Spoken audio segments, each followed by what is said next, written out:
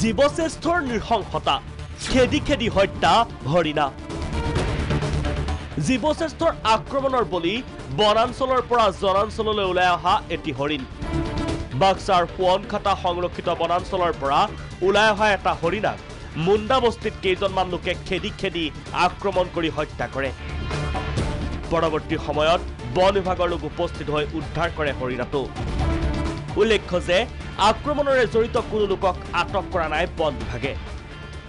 আমাৰ মোৰা পাগলা দিয়া ৰিজাৰ্ভ আছে ইফালে মানে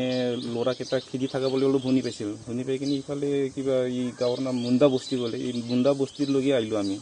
তাৰপিছত অলপ পাছত শুনা পালোঁ যে ইয়াতে তেতিয়া খেদি আছিল তাৰপিছত আমি জাগাত বিচাৰি আছে ৰাতিপুৱাৰ পৰা বিচাৰি অলপ আগতে আমি এটা 5 টাইমত কিন্তু বিচাৰি পালোঁ কেনেকুৱা অৱস্থাত পালে আপোনালোকে এনেতো এইটো মৰা অৱস্থাত ডিব্ৰুগড়ত অচিনাক্ত বাহনৰ খুন্দাত মৃত্যু নাহৰ ফুটুকি ডিব্ৰুগড় বাইপাছৰ বকপৰাত শনিবাৰে পুৱা অচিনাক্ত বাহনৰ খুন্দাত মৃত্যু হয় এটি নাহৰ ফুটুকিৰ বহুলোকে মৃত নাহৰ ফুটুকিৰ লগত সেলফিও তোলে একাংশই নাহৰ ফুটুকিৰ অংগ কাটি নিয়াৰ চেষ্টা চলাই যদিও বন বিভাগৰ তৎপৰতাত ব্যৰ্থ হয় এইটো ৰাতিপুৱা আমি ইনফৰমেশ্যন পালোঁ পাব্লিকৰ পৰা যে মানে বাঘ এটা মৰি পৰি আছে আৰু তেতিয়া লগালগ ডিব্ৰুগড় ৰেঞ্জ অফিচৰ পাৰ্টি গৈ পিনে আৰু ইয়াক লৈ আনে কাৰ্কাছটো তাৰপিছত